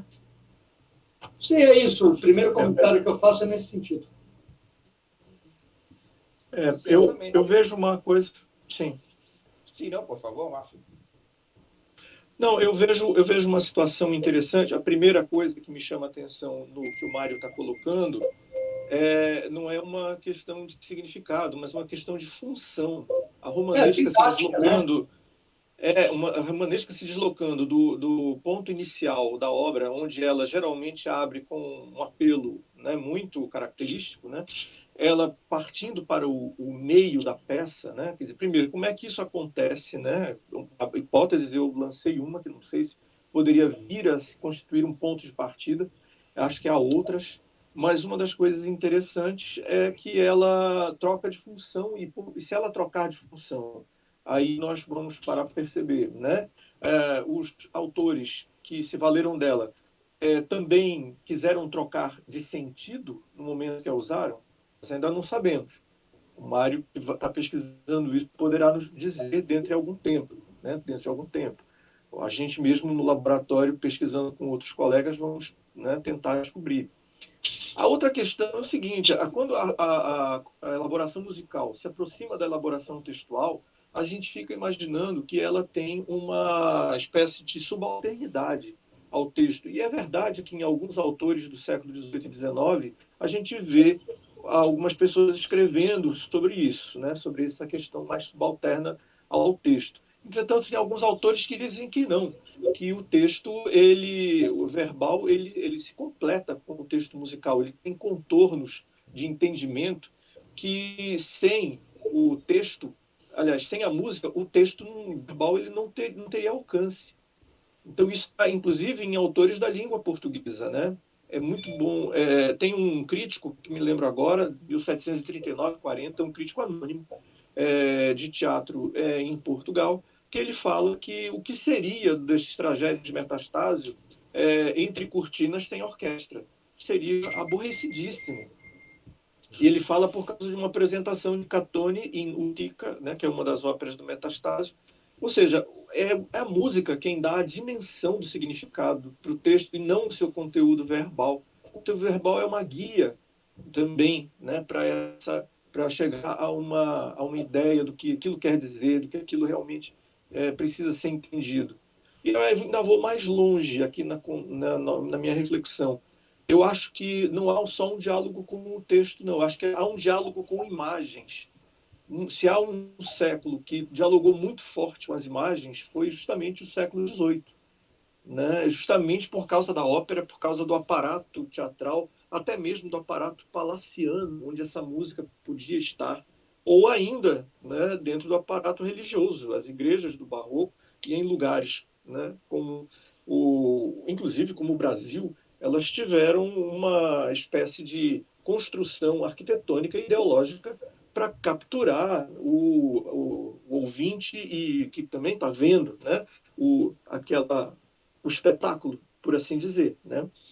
Então, eu acho que há uma necessidade da gente buscar essas questões desse significado, né, mimético, tópico, se quiserem. Eu acho que a questão da tópica precisa passar por uma nova discussão. O conceito do tópico está se estreitando e se diminuindo muito, se apropriado da forma como está sendo apropriado, para a gente entender, enfim, né, quais são os significados que a gente está aqui, então, em busca de debater. Eu acho muito interessante. Posso emendar, Gustavo, para Claro. emendar na lógica, né? Eu só trabalhei 2 exemplos com texto, que por acaso foram cedidos pelo Guilherme Monteiro, que são os 2 mais tardios do Castro Lobo, né? E são 2 textos bíblicos. E aí eu estou de acordo com o que o Márcio disse, é muito complementar. O texto em si, quer dizer, é claro que o texto é muito forte, é o novíssimo dia, é o último dia da existência terrena, e outra destruição pelo fogo, mas sem a música e sem essa ambientação sonora, ele seria muito mais fraco.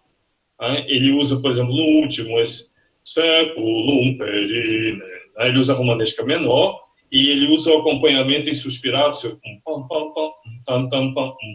e essa dissolução do mundo pelo fogo. E é o que o Márcio disse também, completamente pictórico. Está dentro da igreja, e é o juízo final, e essa destruição, e essa criação do novo mundo redimido pelo fogo, purificado pelo fogo. E os outros demais exemplos todos que eu vi, eles são instrumentais, mas eu acho que eles têm uma função, eu não sei qual é ainda, né?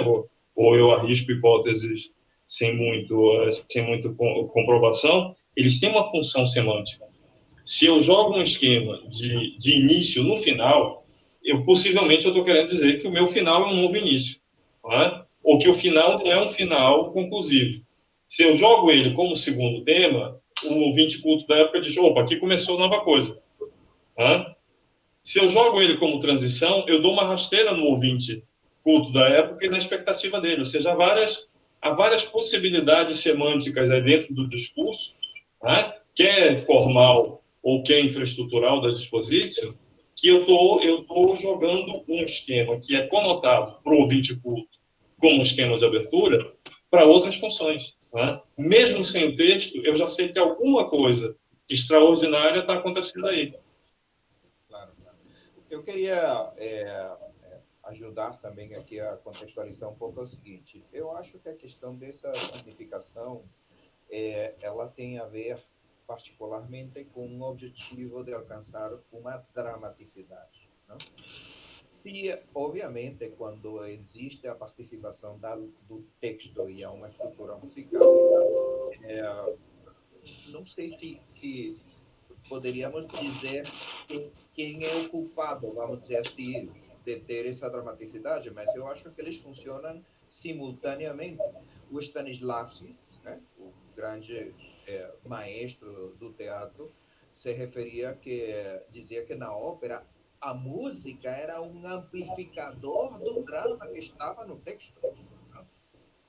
Obviamente, nesse sentido, quando se extrai esse senso dramático, né, a música contextualiza, amplifica, impulsiona, e como diz Márcio, acaba sendo um elemento, ao final, a teatralidade toda se junta nesse processo de construção do significado. Aí tem a ver o espaço, a parte pictórica, acho que a palavra resumo de todo esse processo, que parte de um texto, depois da estrutura musical, e há uma performance, uma interpretação, seria uma teatralidade de todo esse processo dramático, não?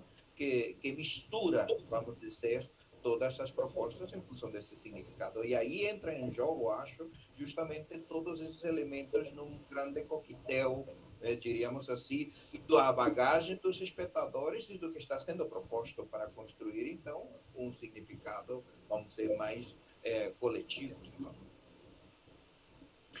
Tem uma questão, Gustavo, que é importante agora que tu falaste, que eu me lembrei, né? Me chamou aqui muita atenção. O drama é uma condição essencial para a existência da obra de arte. O Aristóteles já diz isso na Poética. Então, quando nós estamos invocando, né, o que nós chamamos de poética hoje de uma obra, Aristóteles dizia que era a característica dramática da obra, né? A obra tem algum tipo de apelo em nós porque ela mostra conflitos, o conflito do ser ou da necessidade, né, que é como ele expõe. Então, dentro dessa perspectiva, né, se a música faz esse papel, ela nem precisava do texto, mas se ela está associada ao texto, o poder dela é ainda maior. O texto também ele pode ser falado e a mensagem passada. Aliás, é importante que a gente saiba como era comum naquela época também fazer esse teatro do metastásico em música. Mas é como eu acabei de dizer, existem várias menções de que isso era muito menos potente, muito menos persuasivo do que, né, estando com música. Com música era muito diferente. Né? Então, eu acredito que a obra, né, de arte, ela se vale de várias expressões. A musical, a verbal, a imagética. Né? Então, isso tudo é que vai construindo esse significado. Não dá para analisar isso num canal estreito, né? Cuja metodologia por si só também é restritiva. Me parece que a gente precisa de olhar de maneira mais ontológica, né? Um todo, né, que está sendo operado ali para entender qual é o significado daquilo. E quando a gente enxerga o resultado daquilo, é como o Mário disse, né?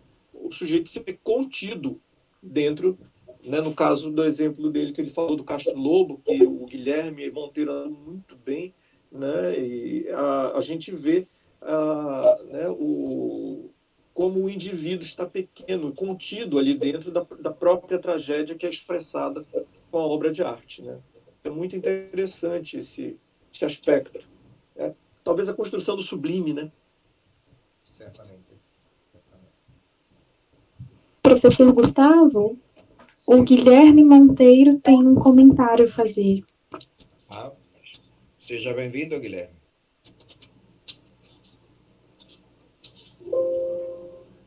Estás com áudio?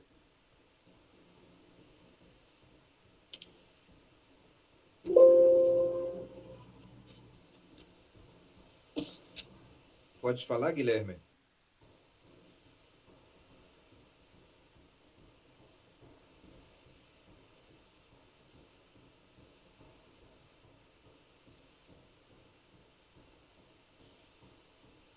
Talvez queira escrever, não?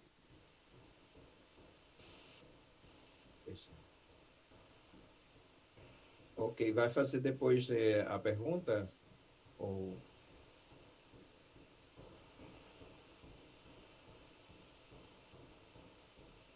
Ok, então vamos aguardar o Guilherme. Avisa-se aqui pelo chat, por favor, para te dar a oportunidade.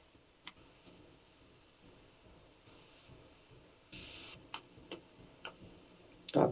O Guilherme me fez chegar aqui uma mensagem, eu já tinha dito a ele que fizesse essa consideração também aqui, porque acho que seria interessante, talvez ele esteja com dificuldade de conexão lá.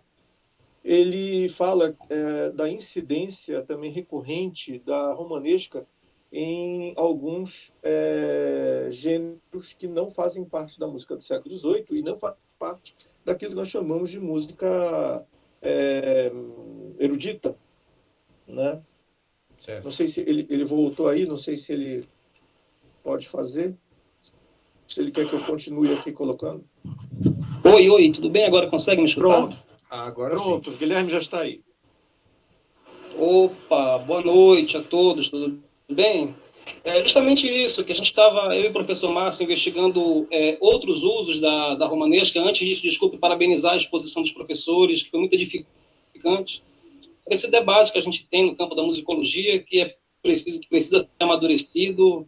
Agradeço ao professor Diógenes, ao professor Mário, ao professor Márcio, por todo esse debate que está sendo gerado em relação às nossas pesquisas, e falar em relação justamente ao uso desse esquema em outros gêneros que não a música propriamente dita do século XVIII.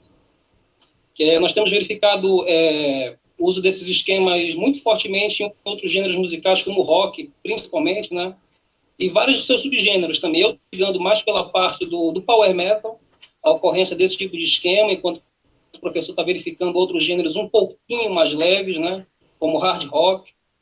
E eles são bastante abundantes, né? Então, pelo menos ao que eu tenho verificado até agora, vinculados à expressão do heroísmo nesses gêneros, né? Então, é interessante também notar que isso também se relaciona um pouco com a pesquisa do professor Mário, porque essas romanescas elas ocorrem geralmente ao meio das sessões, ou principalmente nos coros, né? Nos refrões dessas músicas.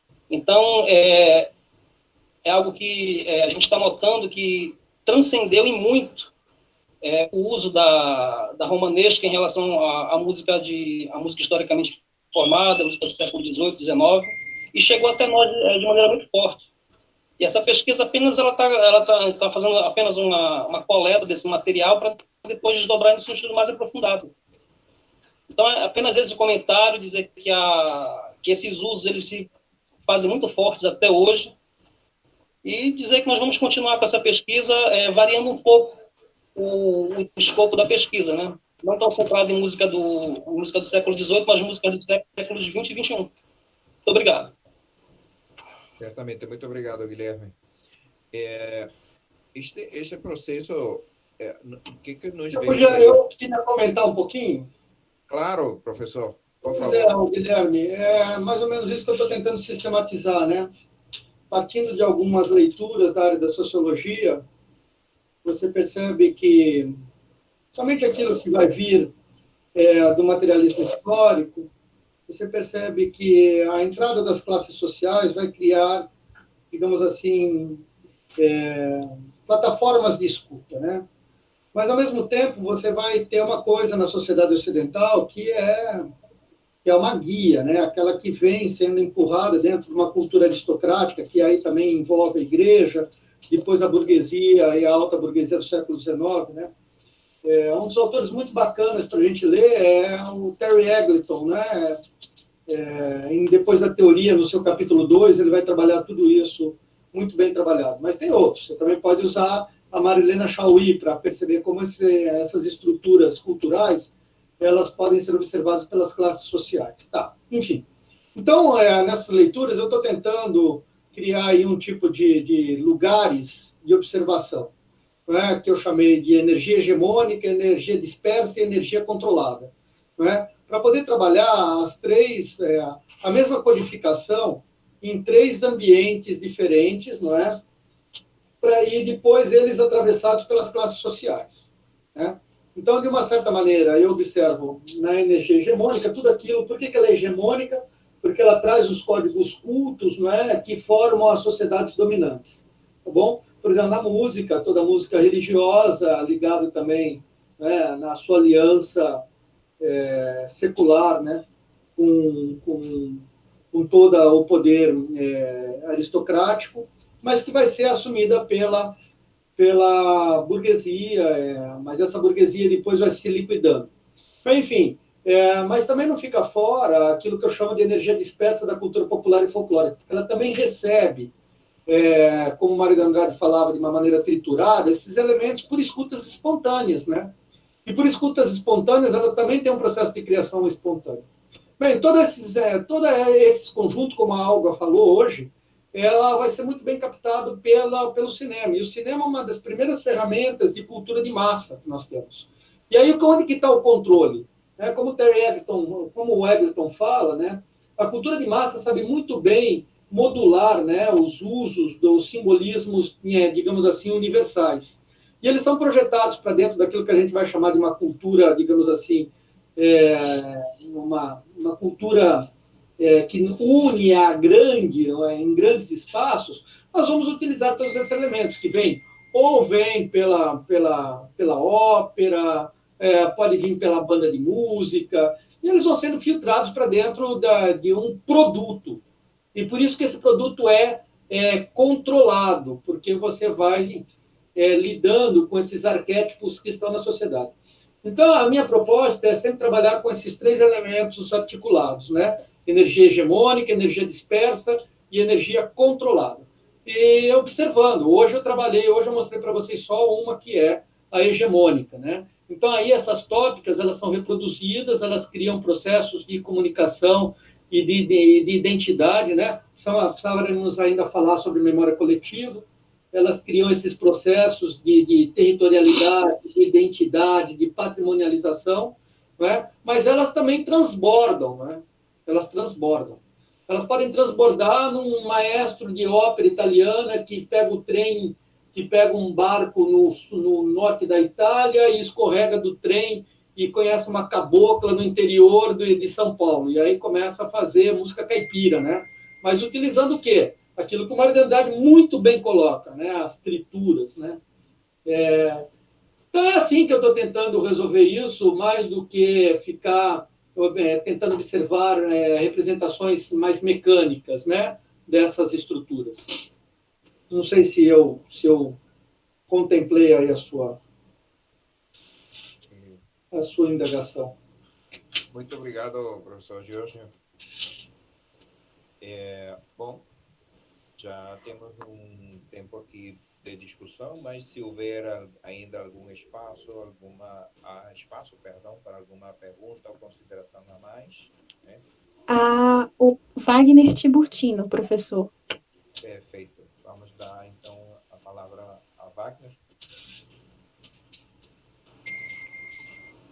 Olá, boa noite a todos. Estão me ouvindo bem? Sim, Wagner. Seja bem-vindo. Quero agradecer desde já a oportunidade de estar discutindo aqui com vocês. E, enfim, para tentar poupar tempo,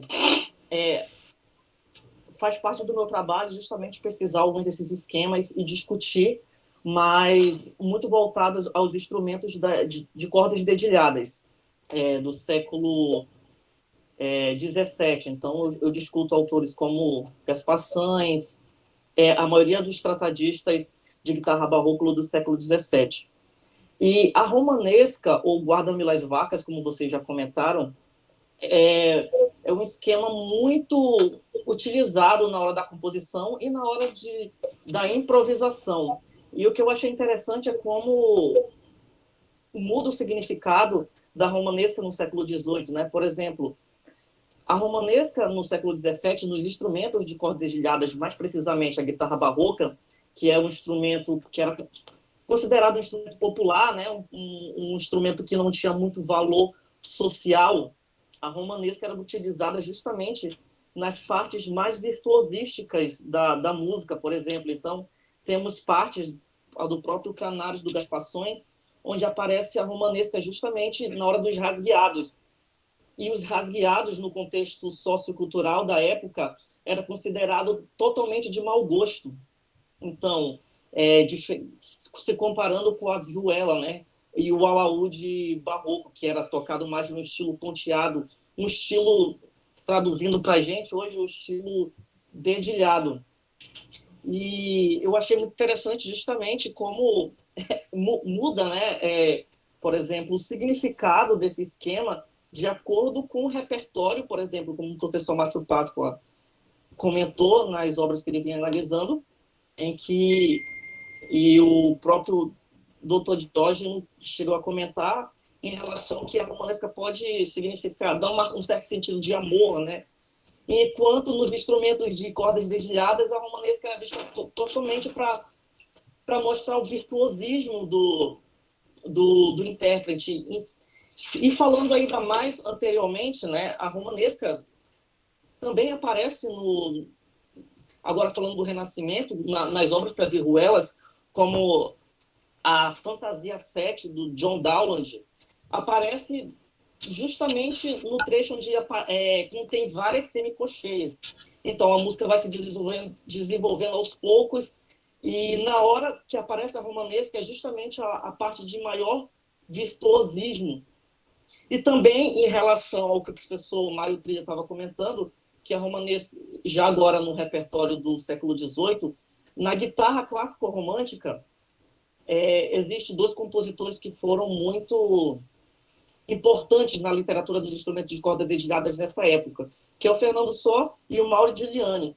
E sempre quando eles apresentam a romanesca, também eles não apresentam no início, né, como o Gerdiger fala, que geralmente a romanesca é um esquema de abertura, e esses dois compositores, tanto o Fernando Só quanto o Mauro Giuliani, não apresentem, até onde eu tenho pesquisado, em nenhum momento se encontra a romanesca no início da obra, sempre em transições. Então, só queria dar essa contribuição também. Muito obrigado. Muito obrigado, Sim, Wagner. Wagner. Normal, porque o Juliano já vem bem mais tardio. Né? Sim. Uhum. Seria surpreendente ao contrário, né? Que ele, no século XIX, estivesse fazendo o mesmo uso de 100 anos antes. Mas também tem uma outra coisa, né, Wagner? O uso da romanesca no século XVII, né, ou seja, no contexto dos viuelistas e do Guarda-me las Vacas é outro. Ainda não podemos nem dizer que vai ser a romanesca como pensada naquela no século XVIII, né? Então, é aí que entra uma questão que nós estávamos discutindo na palestra da Olga. Qual é o momento de origem disso, né? Dessa estrutura, ou do modelo da estrutura que vai servir as ideias que os compositores põem no papel? E tem uma associação, né, de sentido sempre, pode não ter, né? Ou pode ter e seja muito difícil, porque, como você mesmo percebeu, os contextos históricos e sociais locais são diferentes, né? Então, essas coisas podem ter significados diferentes para esses grupos de músicos, compositores, de artistas, né? Então, isso tudo seriam teses e teses, porque são trabalhos que estão sendo suscitados, mas não estão feitos, né?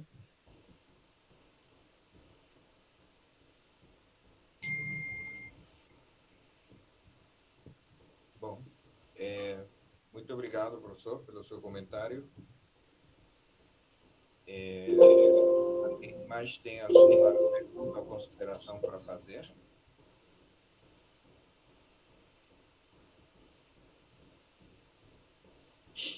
Temos mais alguém? Não há mais ninguém inscrito, professor.